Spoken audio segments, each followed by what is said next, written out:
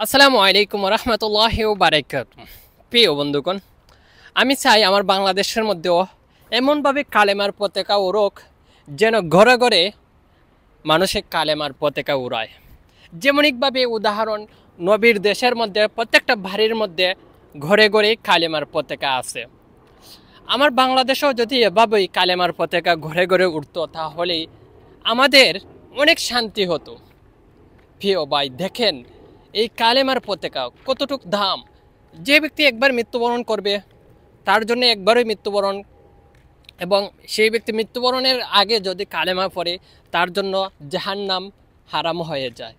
কিন্তু দেখেন সৌদি আরব ঘরে ঘরে তারা কালেমার পতাকা উড়ায়। দেখেন, একটু জুম করে দেখায়, দেখেন কালেমার পতাকা উড়তেছে। সৌদি আরব প্রত্যেকটা বাসায় বাসায় কালেমার পতাকা। সুবহানাল্লাহ, অনেক ভালো লাগে। আমার বাংলাদেশেও যদি এভাবেই কালেমার পতাকা ঘরে ঘরে উঠতো তাহলে অনেক অনেক ভালো লাগতো। দেখেন প্রিয় বন্ধু, এত সুন্দর কালেমার পতাকা উঠতেছে। আল্লাহ রাব্বুল আলামিন যেন আমার বাংলাদেশের মধ্যেও এমনিকভাবেই কালেমার পতাকা উড়ার তৌফিক দান করেন। আসলে আমাদের এই জীবনটা বেশি দিনের না।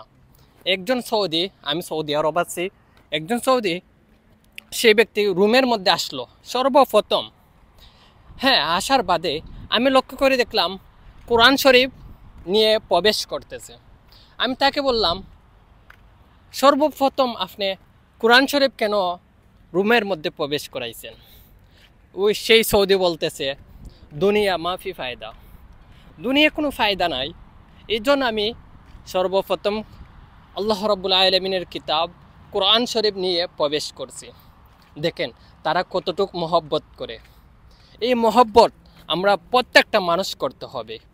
কারণ যে ব্যক্তি কোরআনের মহব্বত এবং কোরআনকে ভালোবাসে তার জন্য জাহান্নাম হারাম হয়ে যাবে, তার জন্য জান্নাত ওয়াজিব হয়ে যাবে।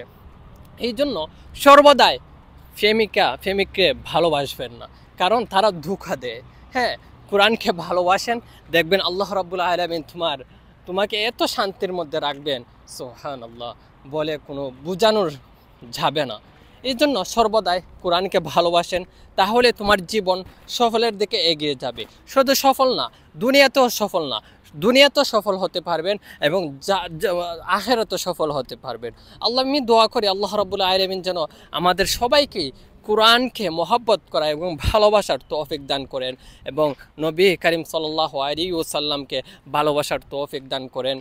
প্রত্যেকটা মানুষের যেন কোরআন এবং সুন্নাহর প্রতি ভালোবাসা থাকে, এটাই আমি কামনা করি।